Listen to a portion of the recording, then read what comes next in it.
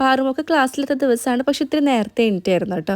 അപ്പോൾ ബ്രേക്ക്ഫാസ്റ്റ് ഉണ്ടാക്കാൻ വേണ്ടി പോവുകയാണ്. അതിന് മുമ്പ് തന്നെ നമ്മൾ ഫ്ലാസ്കിൽ ചായ വെച്ച് വെക്കാറുണ്ട്. ഈ ചോപ്പർ ഉള്ളതുകൊണ്ട് സവാളയും അതുപോലെ ക്യാരറ്റ്, ക്യാബേജ്, ബീട്രൂട്ടൊക്കെ ചടപടേന്ന് പറഞ്ഞ് കുനുകുനാന്ന് എരിയാൻ പറ്റുന്നുണ്ട്. തക്കാളി ചമ്മന്തിക്കുള്ള പ്രിപ്പറേഷനാണ്. വേഗം തന്നെ അത് ഉണ്ടാക്കി കഴിഞ്ഞു. അപ്പോൾ ഇന്ന് ഗോതമ്പ് ദോശയാണ് ഇട്ട് ഉണ്ടാക്കാമെന്ന് വിചാരിച്ചത്. പിന്നെ കുറച്ച് പഴം ഒന്ന് കോട്ടിട്ടിരിക്കുന്നുണ്ടായിരുന്നു. അതുകൊണ്ട് കുറച്ച് അട ഉണ്ടാക്കാമെന്ന് വിചാരിച്ചു. ഗോതമ്പ് ദോശയ്ക്ക് ഗോതമ്പ് പൊടിയിൽ കുറച്ച് മുട്ട ഇട്ടിട്ട് ചെയ്യുകയാണെങ്കിൽ കുറച്ചും കൂടി സ്മൂത്തായി കിട്ടും. അടയ്ക്ക് ഗോതമ്പ് പൊടി, നേന്ത്രപ്പഴം, നാളികേരം, ശർക്കര നീരൊക്കെ ഒഴിച്ച് നന്നായിട്ട് അങ്ങോട്ട് കുഴച്ചിങ്ങനെ വെച്ചാൽ മതി കേട്ടോ. നമ്മുടെ ഗോതമ്പ് വിത്ത് പഴം അടിപൊളിയായിരിക്കും. നല്ല പഴുത്ത പഴം വേണം, നല്ല മധുരം ഉണ്ടാവുള്ളൂ.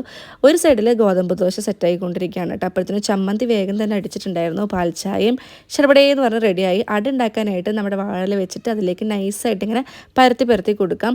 ചുട്ടെടുക്കുക കേട്ടോ. ചുട്ടെടുക്കുമ്പോഴാണ് കുറച്ചും കൂടി സ്വാദ് കൂടുതലുണ്ടാവുക. പക്ഷേ എനിക്ക് വലിയ പ്രിയയില്ല, അമ്മയ്ക്കും ഏട്ടനൊക്കെയാണ് ഭയങ്കര ഇഷ്ടമുള്ളത്. പാൽച്ചായ റെഡിയായി കഴിഞ്ഞു. അപ്പോൾ ഞാൻ ഡ്രസ്സ് എടുത്ത് വെക്കുന്നതിൻ്റെ ഇടയിലാണ് കഴിഞ്ഞ ദിവസം ഞാൻ ഫ്ലിപ്കാർട്ടിൽ നിന്ന് 2 സാധനം വരുത്തിയിട്ടുണ്ടായിരുന്നു. വേറെ ഒന്നുമില്ല, കമ്മലൊക്കെ ഇട്ട് വെക്കാൻ പറ്റിയ, മാലൊക്കെ കുളത്തിടാൻ പറ്റിയിട്ടുള്ള ഒരു സാധനമാണ് കേട്ടത്.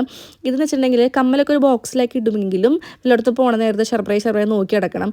ആകെ മിക്സഡ് ആയിട്ടിരിക്കുക, കേടാവുകയും ചെയ്യും. മാലകളൊക്കെ ആണെങ്കിൽ എല്ലാം കൂടി ഒരുമിച്ചിരിക്കുമ്പോൾ ഇത് സെപ്പറേറ്റ് ആകുമ്പോൾ നമുക്ക് എടുക്കാനും സുഖമാണ്. ഒട്ടും നാശാവത്തില്ല. അത് അവിടെ ഇങ്ങനെ കിടുന്നുള്ളൂ കേട്ടോ. ഇത് ലിങ്ക് ഞാൻ കൊടുക്കാവേ. 2 എണ്ണമാണ് നമുക്ക് കിട്ടണത്. അപ്പത്തിന് കാശിക്കുട്ടൻ എണീറ്റു. കാശിക്കുട്ടനാണ് ആദ്യം എണീറ്റത്. അപ്പോൾ ജിമ്മിന് കാശിക്കുട്ടനെ തന്നെ കൊണ്ടുപോകാമെന്ന് വിചാരിച്ചു. ആരാണ് ആദ്യം എണീക്കുന്നത്? അവരെയാണ് കേട്ടോ നമ്മൾ കൊണ്ടുപോകാറ്. ദോശയും ചട്നി വെച്ച് കൊടുത്തിട്ടുണ്ട്. വേഗം തന്നെ പോയി ജിമ്മിൽ പോയി തുടങ്ങിയ പിന്നെ കുറേ ഡ്രസ്സൊക്കെ മേടിച്ചിട്ടുണ്ട്.